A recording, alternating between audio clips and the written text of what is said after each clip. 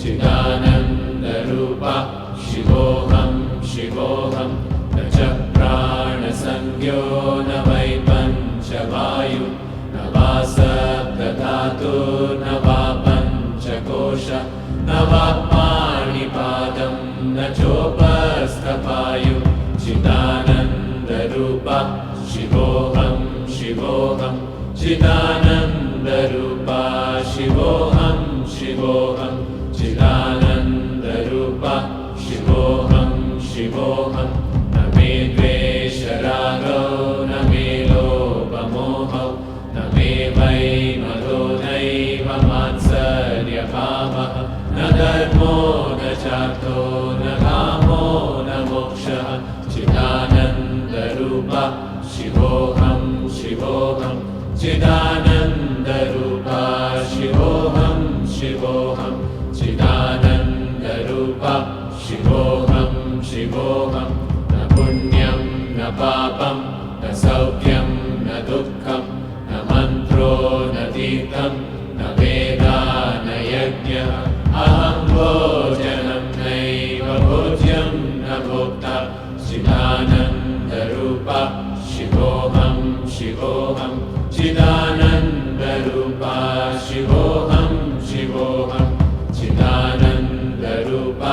शिवोऽहं शिवोऽहं न मे मृत्युशङ्का न मे जातिभेदः पितानैव मेनैव माता न जन्मः न बन्धुर्न मित्रं गुरुर्नैव शिष्यः चिदानन्दरूपा शिवोऽहं शिवोऽहं चिदानन्दरूपा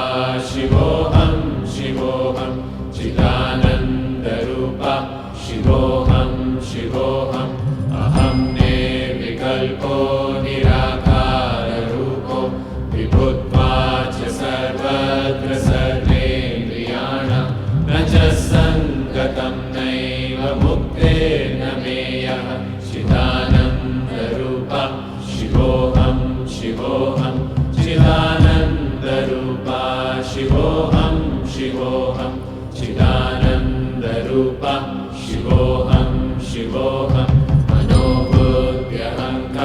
मनोबुद्ध्यहङ्कारचित्तानि नाहं न च श्रोत्रजिह्वे न च घ्राणनेत्रे न च व्योमभूमेर्न तेजो न वायु चिदानन्दरूपा शिवोऽहं शिवोऽहं चिदानन्दरूपा शिवोऽहं शिवोऽहं चिदानन्दरूपा शिवोऽहं शिवोऽहं न च प्राणसंज्ञो न वै पञ्चवायु न वा सप्तधातुर्न वा पञ्चकोश न वा पाणिपादं न चोपस्थपायु चिदानन्दरूपा शिवोऽहं शिवोऽहं चिदानन्दरूपा शिवोऽहं शिवोऽहं चिदानन्दरूपा शिवोऽहं शिवोऽहं न मे द्वेषरागौ न मे लोभमोहौ न मे वै मदो नैव मात्सर्यभावः न धर्मो न चार्थो न कामो न मोक्षः चिदानन्दरूपा शिवोऽहं शिवोऽहं चिदानन्दरूपा शिवोऽहं शिवोऽहं